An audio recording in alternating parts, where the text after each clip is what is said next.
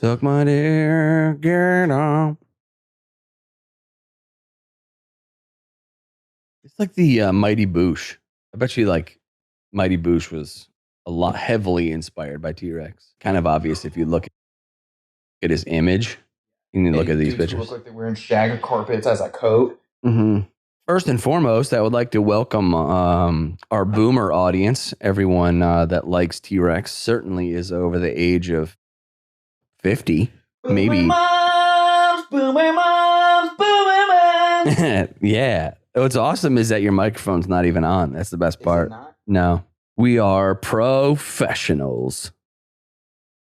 What's wild about that is that it didn't, yes, it definitely was. It's still nothing, man. Are you plugged into everything, dude? Is this right there plugged in all the way?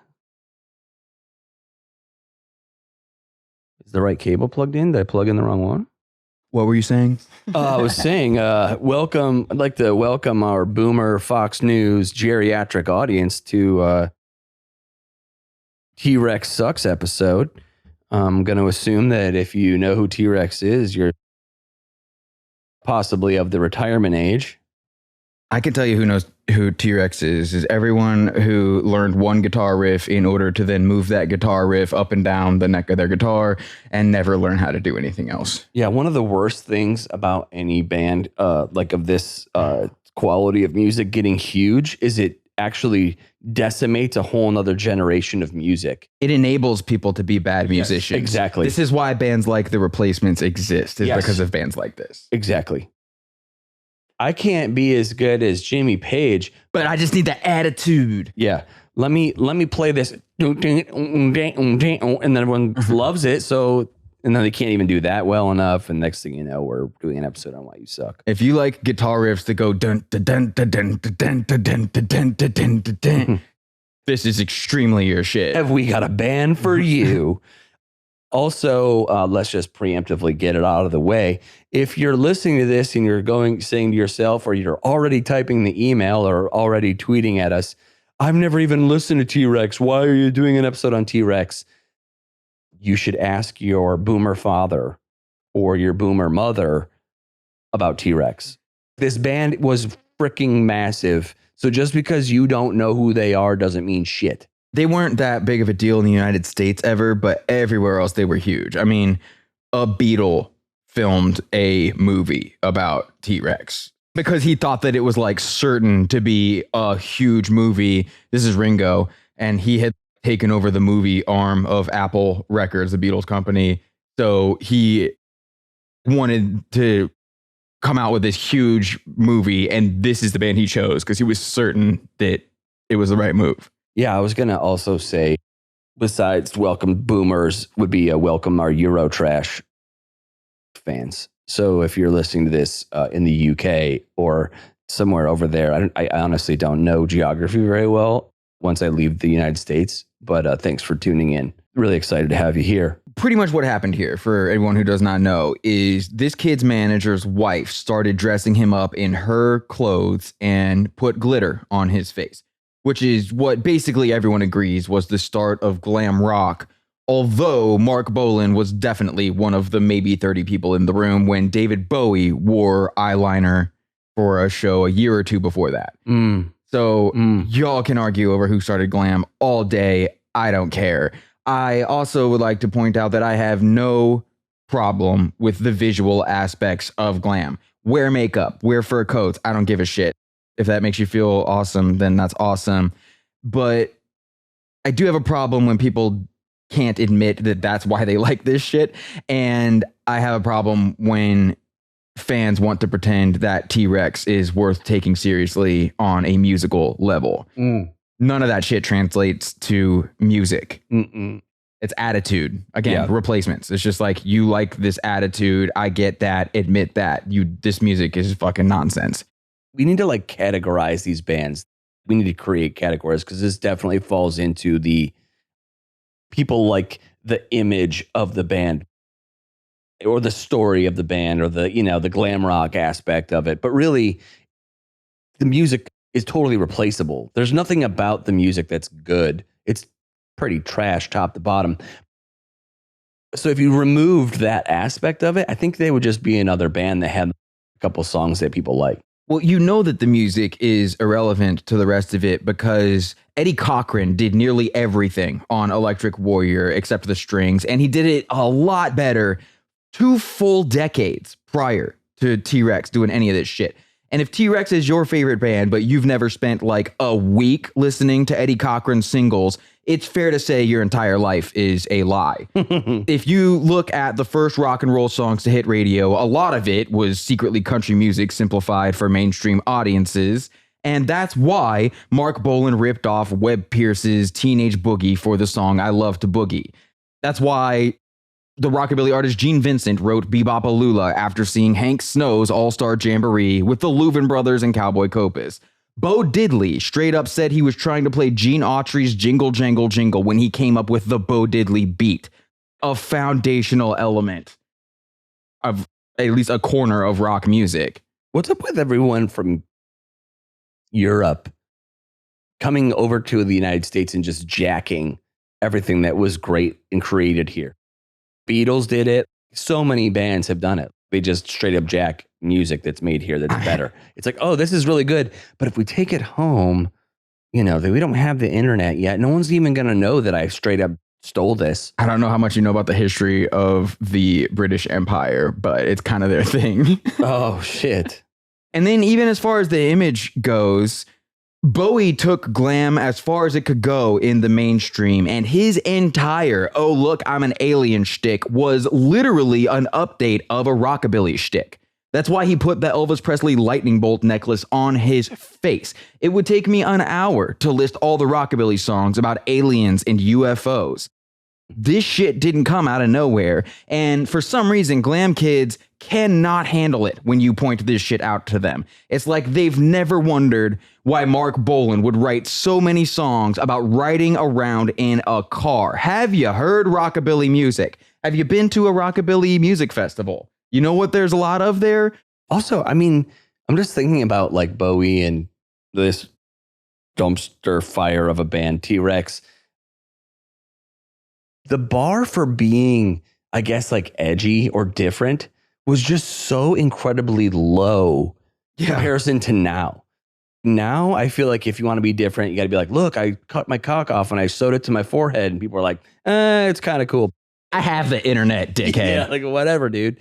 Do you get it, dickhead? Yeah, exactly. Back then, it was like, oh, look, this dude put eyeliner on. Oh my God, it's so different. Oh my gosh, you could get so much attention. You didn't have to be good. You just could do something kind of quote unquote edgy. Well, and the fact that they were on purpose doing it to try to be edgy. It's not like any of this was an expression of self. It was entirely to get attention because they knew it would be shocking. That's all you had to do. Now people be like, dude, you're wearing makeup? Who the fuck cares? Everyone wears makeup. I really don't care. But back then, you could have stood out and been like weird or different. Like, oh shit, look at this guy. What's he doing? I can't remember the name of the company, but there is straight up at least one brand of makeup that is for straight dudes.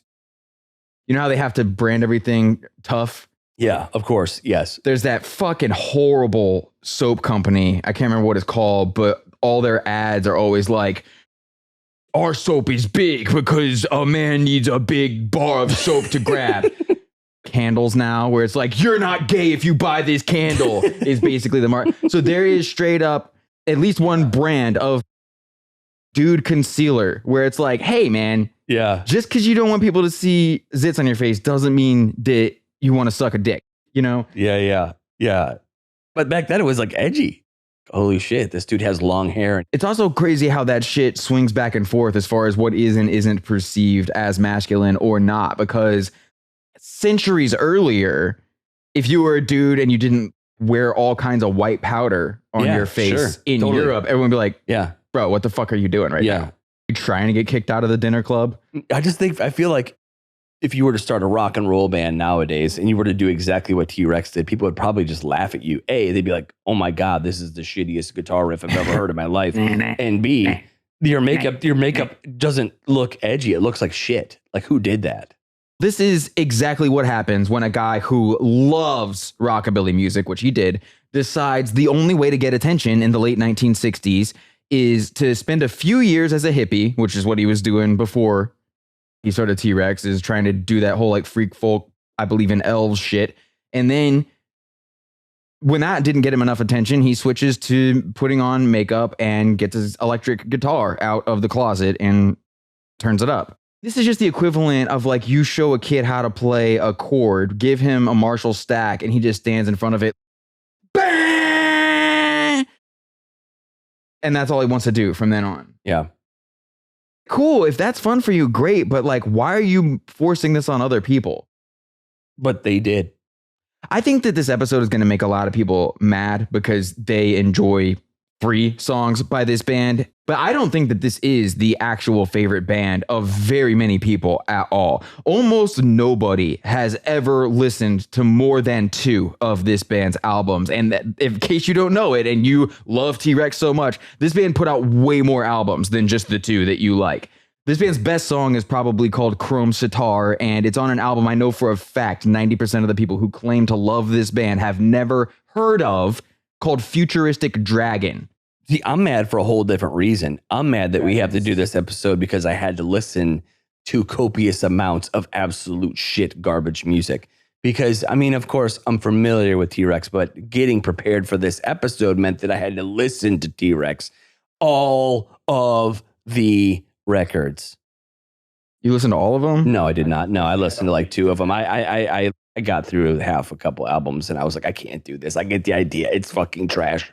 I get it. The biggest problem is how formulaic and repetitive it is. That's the thing.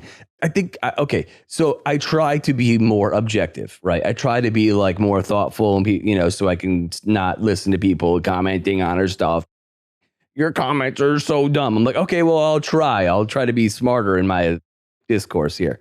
And it just can't. I listened to it. I was like, okay, well, why this is how many records that they have? 8 records or something ridiculous. Maybe while he was alive, they definitely also kept putting shit out. They released everything that was on record after this guy died. It does. Standard. It definitely falls into the camp of this should just be one shitty album, and instead it's like 3 or 4. Or whatever. Yeah, he just didn't stop. Yes. And it's way worse than Chuck Berry. Oh my God. Chuck Berry also only have 2 songs that he rewrote over and over again? Yeah, but he was the guy who invented those songs. So if that's what he wants to do, then he's allowed to do that. Well, here's how you can tell if something is boring is by how long it takes David Bowie to get tired of copying it. He did Mark Bolan way better than Mark Bolan did, by the way, for 2 albums, and correctly surmised that almost nobody wants to listen to more than 2 albums of that bullshit and then started looking for the next person to copy. Yep. That's how you know how tired this shit is. It's the Madonna principle. Like, however long she rips something off is exactly how valuable it is to pop culture. Mm-hmm. Yeah. It's embarrassing. And maybe if Mark Bolan wasn't doing so much cocaine all the time, which you can absolutely hear by how much he sniffles in every interview that he's done or he did, then it's possible these wouldn't be the same 2 songs over and over again at different speeds. But then again, I assume the band Buckcherry does a ton of blow, and they are way more diverse than T.rex. Yeah. Cocaine is awesome, but that doesn't give you an excuse to make an endless stream of shit music. He was just high and feeling good, and he transferred that feeling over to the music. This music must be great because I feel awesome. Do you know how many songs my friends over the years have sent me just fucking raged out on fucking coke and been like, how awesome is this? And I'm like, this is not good, dude. I stop doing blow for a minute and listen to what you just sent me.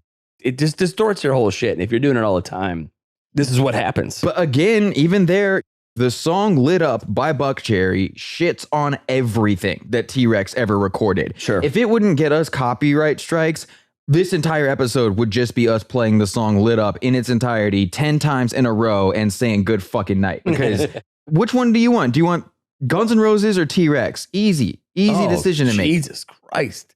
But I guess at the time, this would have been like a Guns N' Roses for people, again, that are retired now.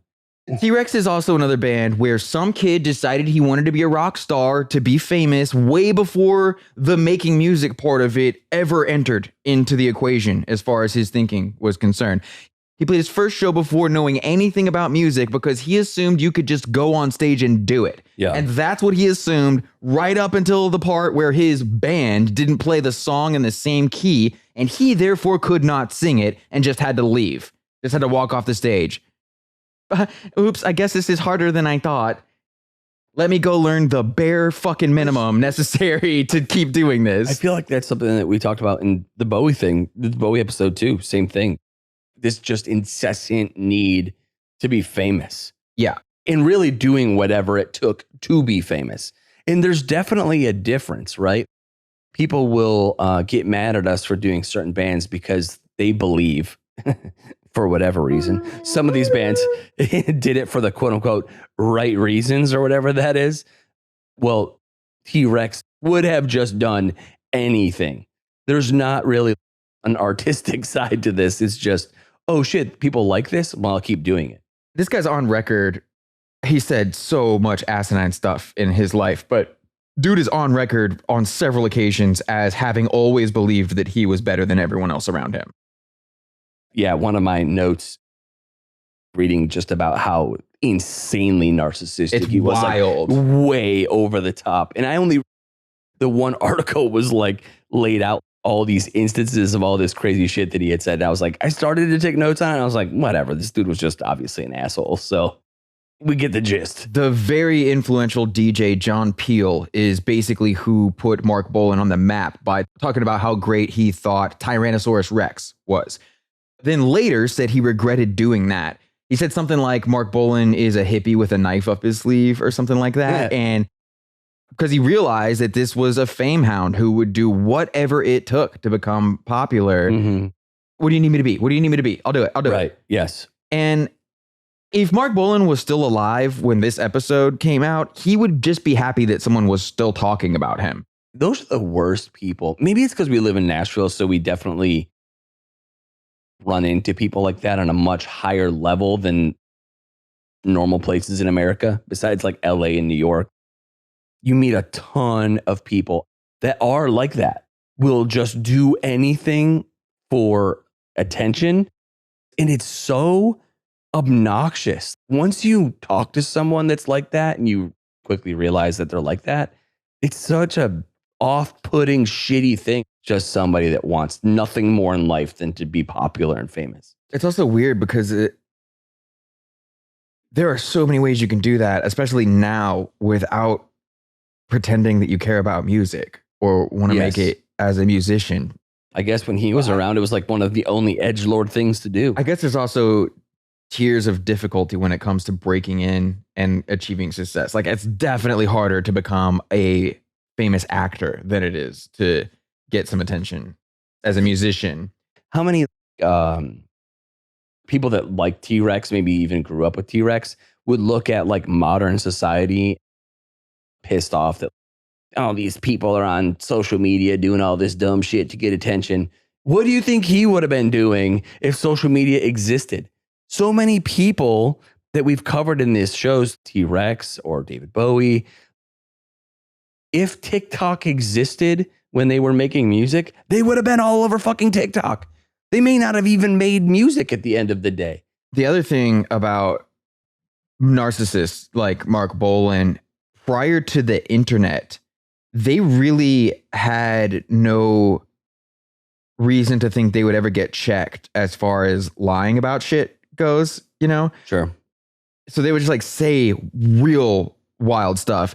That, I mean, he would claim in interviews, he would say that T.Rex had sold like millions of more copies of albums than they actually had. There's one interview where he's like, I mean, we've sold more albums than Rod Stewart, as if he wasn't talking to someone whose job meant they may have some idea of whether that's true or not. Right.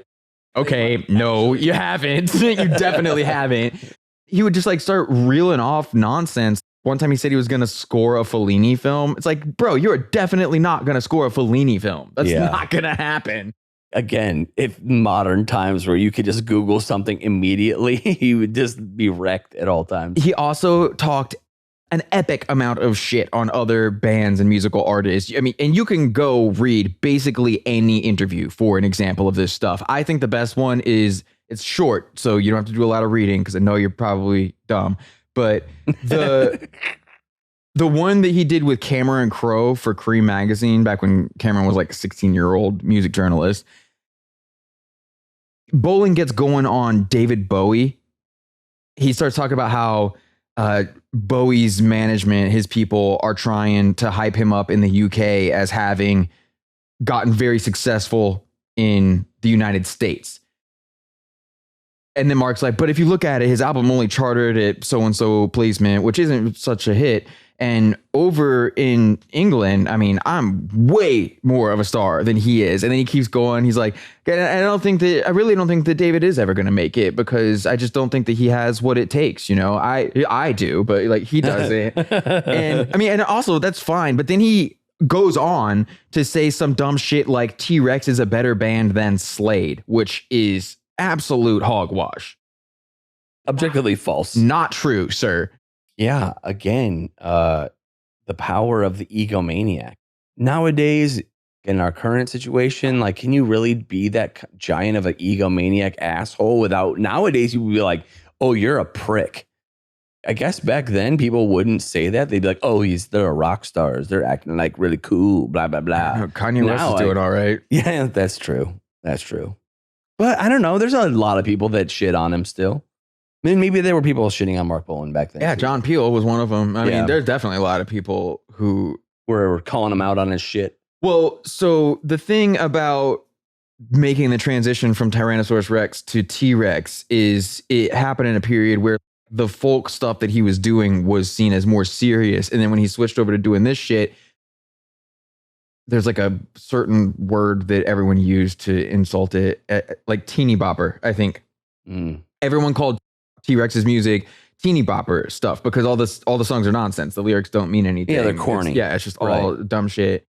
Music for little kids, basically. Okay. Which also Mark Bolan thought that was great. So he actually liked that fact. He was like, yeah, cool. The song Children of the Revolution may be the actual best example ever of a song that is about nothing at all, but people attach all kinds of meaning to it because he says the word revolution a bunch of times, even though in the verses he sings about having a Rolls Royce. Yes. Motherfucker, if there's a revolution, that Rolls Royce will get you killed. They're going to shove that Rolls Royce up your ass.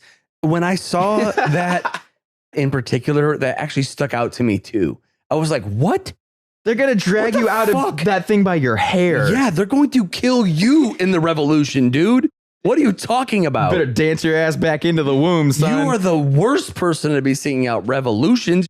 If there's a revolution, you're literally the first person they're going to kill. What are you talking about? Like, who's that dickhead who sings about having a Rolls Royce on the radio 100 times a day? Where's his house?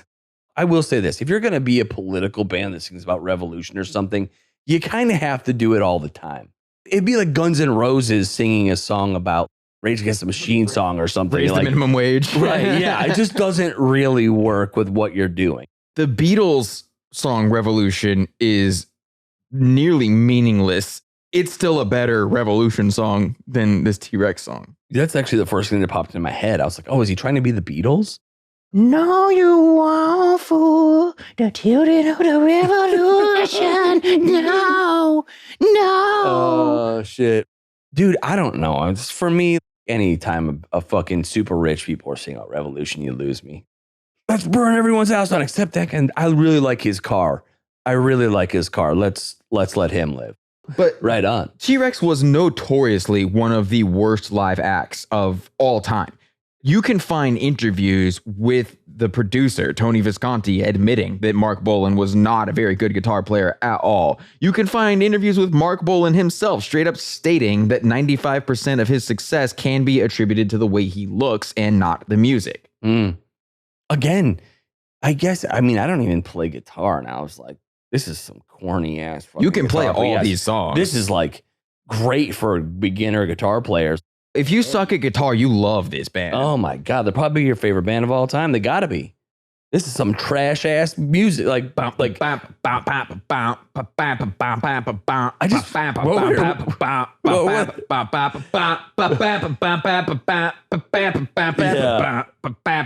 Which song is that? Which 10 T-Rex songs was that? I was going to say that really is probably at least 10 songs. I just wonder what it would be like to be in the studio with a band like this. And the first time he's like, like the producer like hears these songs for the first time. Now, maybe he may not say it because he realized he's dealing with crazy people. Thinking to himself, like, I can't believe they're going to record this shit. Like, oh my God, my 10-year-old kid can play this shit. What even is this music? But, but they're getting paid a lot of money. So they're like, oh yeah, man, sounds great. Great riffs. Okay, so are you done checking the amp? Like, right. Like, oh wait, what's the first song you would like to record? Are you warming up or is that the actual song? What am I listening to right now? Write a song, write a song, write a song. Mm-hmm. Amen. But this is why David Bowie ripping off T.Rex is better than T.Rex, because David Bowie was using more than barely competent musicians. Unless you were wasted enough that you would love anyone playing power chords through a Gibson, T.Rex was always incredibly sloppy, and Mark Bolan's voice could never compete with the volume coming off that stage. There's a ton of footage of this band playing these songs live. I mean, find one where they're not lip syncing, obviously. It's bad. It's universally bad. There's a bootleg of a T.Rex concert from the early 1970s in Chicago where you can hear the audience who bought tickets to see T.Rex headline this show booing them and yelling for the opening band Uriah Heep to please come back out on the stage. That's brutal, dude. I can't imagine that. The people who bought a ticket to see this band were like, this fucking sucks. That's so brutal. My God.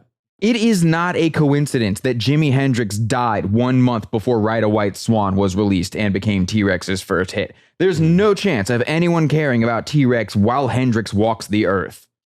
Maybe if you just ate like a sheet of acid, T-Rex is the greatest band of all time. No. Have you ever heard Blue Oyster Cult? I was going to say, yeah. There are plenty of other things to listen to. I just wonder if you're smoking shitty weed and drinking tons of beer. How many of these apple juices do I have to drink to enjoy T-Rex? I honestly don't think there's enough. Well, the early Tyrannosaurus Rex stuff is way better for doing drugs too. Folk stuff. Bongo. The only thing I have heard worse than this band or this genre, whatever it even is, because I did see that it said it was like folk rock or something. And I was like, oh my fucking God. That's the early shit, yeah. Yeah. Jazz is just terrible top to bottom. So I put this in the same category as jazz music. If anyone wants to spend 10 seconds learning why everyone talks about T.Rex as this genius important band, but nobody ever brings up Blue Oyster Cult anymore outside the context of an SNL skit, just do a Google image search for what the band Blue Oyster Cult looked like in the 1960s and 1970s. Yeah, That's why you have to hear about T-Rex so much more than Blue Oyster Cult. Those dudes were ugly. There's nothing that any of them could do about it. I'm not ragging on them about it. I'm just saying that's why you don't give a shit about that band. Yeah. You're fucking superficial.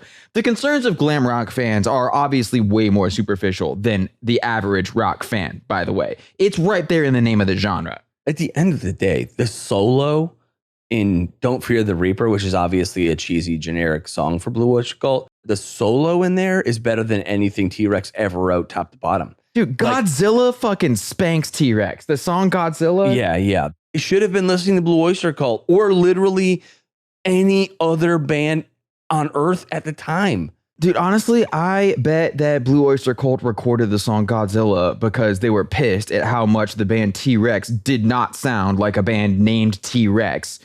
I can't believe that T-Rex wasn't sued for false advertising when they released Electric Warrior with the cover image that it has.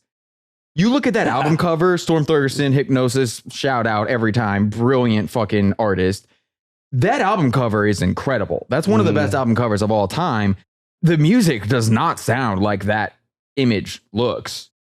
Imagine your album cover outshines your music. Here's the thing though, too. Back then, people bought albums because they had to go to the fucking record store and buy them. Look at this. Dude standing in front of a full stack. You're expecting MC5 or some shit that sounds like Godzilla by Blue Oyster Cult. And then you get hippie nonsense. Honestly, hundreds of millions of albums in history have been sold strictly because of the album art. especially back then when everyone had to look at it in the record store.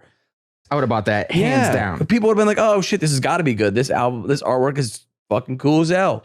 Yeah, and that's another way you can tell that glam rock fans are superficial, because they only ever want to talk about Electric Warrior instead of The Slider, an album that has a terrible cover, but which is way better music than Electric Warrior. Yeah. It's not even close, really.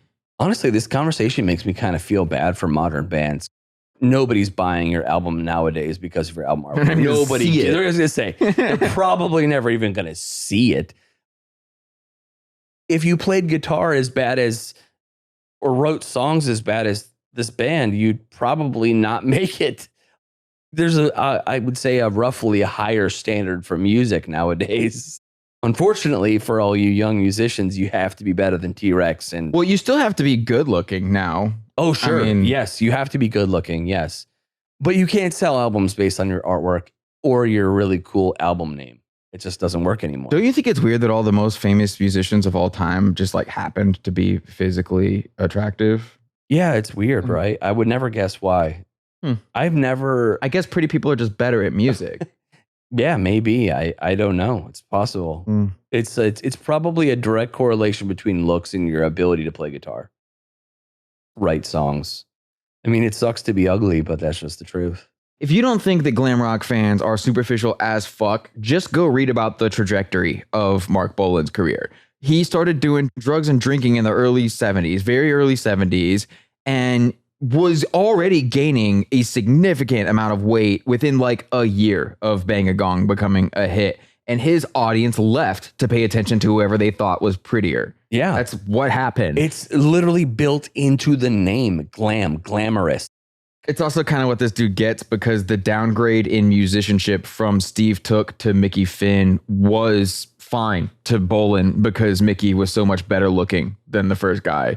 He was like, okay, I'm going to make this upgrade and change the name of the band a little bit. I mean, if you think you care about music more than you care about fame and attitude and rock star bullshit, go ahead and look into everything Steve Took did after leaving Tyrannosaurus Rex, because that Twink Think Pink LP and Mick Farron's Mona LP and their band Shagrat are all better than T.rex. And this is just talking about one guy who was in a band with Mark Bolan. If you want to start talking about better hippie electric guitar boogie psych than T.rex, we will be here all day. Top of the mind, T2's It'll All Work Out in Boomland, Spirit self-titled album from 1968. And if you're ready to stop fucking around and listen to the real shit and get into krautrock, then you need to get the Faust albums, Faust So Far and Faust 4. Or we could talk about all the other people Mark Bolan ripped off besides rockabilly, like the fact that over 75% of his guitar riffs are directly from John Lee Hooker albums. It's John Lee Hooker with a string section is essentially what you're listening to here.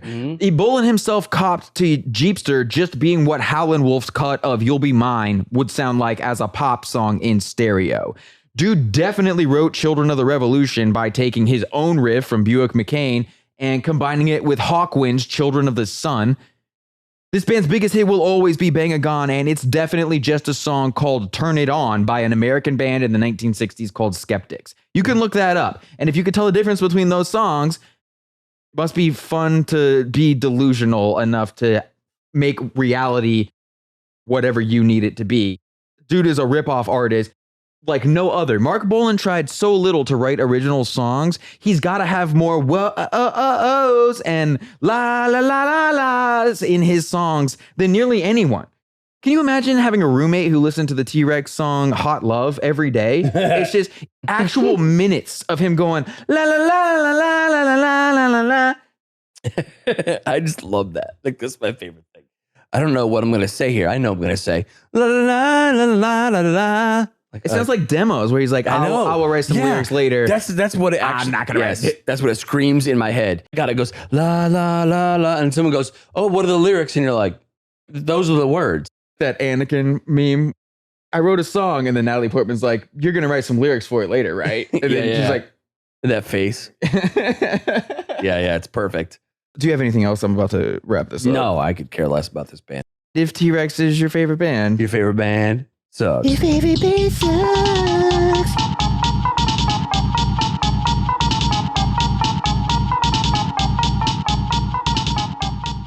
You are welcome for another glamorous episode of Your Favorite Band Sucks. If you no longer feel comfortable wearing your Electric Warrior shirt outside the home, we've got plenty of replacement options available for you at shop.yfbspod.com. While you're on the website, you can grab a link to this episode and share it with whoever you think needs to hear it. If this is your first time joining us, there is a page on the site with an alphabetical list of all our previous episodes, so go click around and have some fun.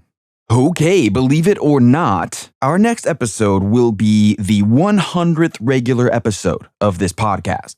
In true Your Favorite Band Sucks fashion, we thought we'd celebrate by focusing on something totally unremarkable and talking about the band 21 Pilots.